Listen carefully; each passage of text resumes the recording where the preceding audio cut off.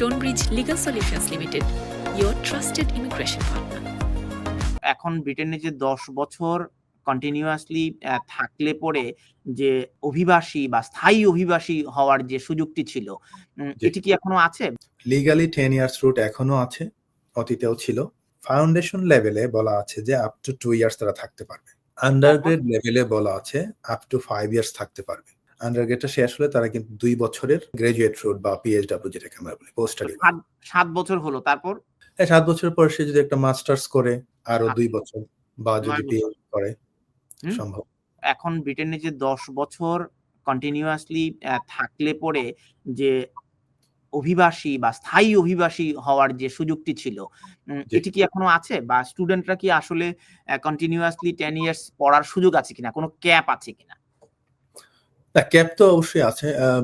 তানভীর, প্রথম প্রশ্ন হচ্ছে যে লিগালি 10 ইয়ার্স রুট এখনো আছে, অতীতেও ছিল। সো লিগালি যে কোনো ভিসাতে, অনেকে এই বিষয়টাতে একটু কনফিউজড। অনেকে মনে করে যে যারা পিএইচডব্লিউ তে থাকলে এই সময়টা সেটেলমেন্টের ক্ষেত্রে যোগ হয় না। এটা কিন্তু সম্পূর্ণ ভুল। এবং পিএইচডব্লিউ গ্রাজুয়েট রুটে যে 2 বছর বা 3 বছর থাকবেন, সেটা কিন্তু আপনি 10 ইয়ার্স রুটের ক্ষেত্রে আপনি as long as you are staying legally in the UK, legally 10 years route এখনো রয়েছে এবং এটার কোনো আচ্ছা, আপনি আমাকে যদি একটু হিসাব কষে দেখান, পোস্ট গ্রাজুয়েট বা গ্রাজুয়েট লেভেলে কত বছর উনি আসবেন? প্রথমে পড়বেন 2 বছর। তারপর হচ্ছে আর ওয়ার্ক পারমিটে জি, ফাউন্ডেশন লেভেলে বলা আছে যে আপ টু 2 ইয়ার্স তারা থাকতে পারবে। আন্ডারগ্রেড লেভেলে বলা আছে আপ টু 5 ইয়ার্স থাকতে পারবে। তো একটা লোক আন্ডার গ্রাজুয়েশন করার পর কিন্তু আন্ডারগ্রেডটা শেষ হলে তারা কিন্তু 2 বছরের ইয়েটা পেতে পারে, কি বলে, গ্রাজুয়েট রুট বা পিএইচডব্লিউ যেটাকে আমরা বলি, পোস্ট স্টাডি। 7 বছর হলো, তারপর 7 বছর পর সে যদি একটা মাস্টার্স করে আরো 2 আচ্ছা। বছর বা 9 যদি বছর। পিএইচডি করে হুম? সম্ভব। যদি তারপর যদি পিএইচডি করতে চায়, সেক্ষেত্রে আরো 3-4 বছর থাকতে পারে। পিওরলি যদি স্টুডেন্ট ভিসা, এটা একটা লং ওয়ে টু গো। বা যদি কেউ মনে করে যে আমি এই দেশে এসে একটা কোর্স করে আমি স্কিলড ওয়ার্কার রুটে আমি সুইচ করে যাব, তাহলে যখন সুইচ করবে তখন থেকে 5 ইয়ার্স এর মধ্যে সেটেলমেন্ট পাওয়ার সম্ভাবনা রয়েছে। তাহলে এই ধারণাটি ভুল যে স্টুডেন্ট ভিসায় আসলে এখন আর ইংল্যান্ডে স্থায়ী হওয়া যায় না। এই ধারণাটি তাহলে আপনি বলছেন ঠিক নয়। এখনো আমি দেখছি যে আন্ডারগ্রেড লেভেলে 5 বছর, তারপর 2 বছর, এবং তিনি যদি আরেকটি পোস্ট গ্রাজুয়েট লেভেল করেন, অথবা তিনি যদি ওয়ার্ক পারমিটে সুইচ করে ফেলেন, 5 বছরের মধ্যেই তো তিনি সেটেলমেন্টে যেতে পারবেন। Definitely possible. এটা ডিপেন্ড করবে যে তারা জেনুইনলি পড়াশোনা করছে কিনা। এখন যদি তারা এসেই পড়াশোনা ছেড়ে দেয় বা স্টাডি থেকে বের হয়ে যায় বা ব্রেক হয়ে যায় বা ওভারস্টে করে ফেলে, ওভারস্টে হয়ে যায়, তাহলে তো আর হচ্ছে না। আপনাকে কন্টিনিউয়াসলি স্টাডির মধ্যে থাকতে হবে। স্টাডির ক্ষেত্রে যে প্রবলেমগুলো আমি আপনাকে সংক্ষেপে একটু কুইকলি বলি, সেটা হচ্ছে যে 3টা জিনিস ভেরি ইম্পর্টেন্ট।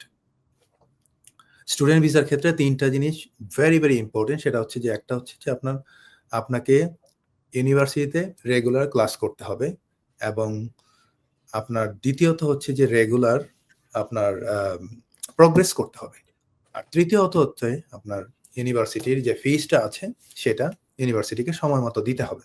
এটা আপনি ইউনিভার্সিটির সাথে কথা বলে ইনস্টলমেন্টের ব্যবস্থা করতে পারেন। বাট এই 3টার একটাতে যদি ব্যত্যয় ঘটে, তাহলে কিন্তু ইউনিভার্সিটি আপনার কোর্স উইথড্র করতে পারে।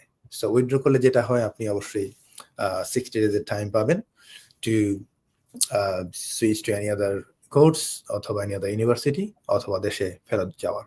সো এই বিষয়টা কিন্তু মাথায় রাখতে হবে যে 3টার একটার যদি ব্যত্যয় ঘটে, আপনি যদি নিয়মিত পড়াশোনা না করেন, নিয়মিত ক্লাসে অ্যাটেন্ড না করেন, নিয়মিত প্রোগ্রেসটা যদি না হয়, এবং নিয়মিত যে পেমেন্টটা না করা হয়, তো যে কোনো একটা ব্যত্যয় ঘটলে ইউনিভার্সিটি উইথড্র করতে বাধ্য হয়।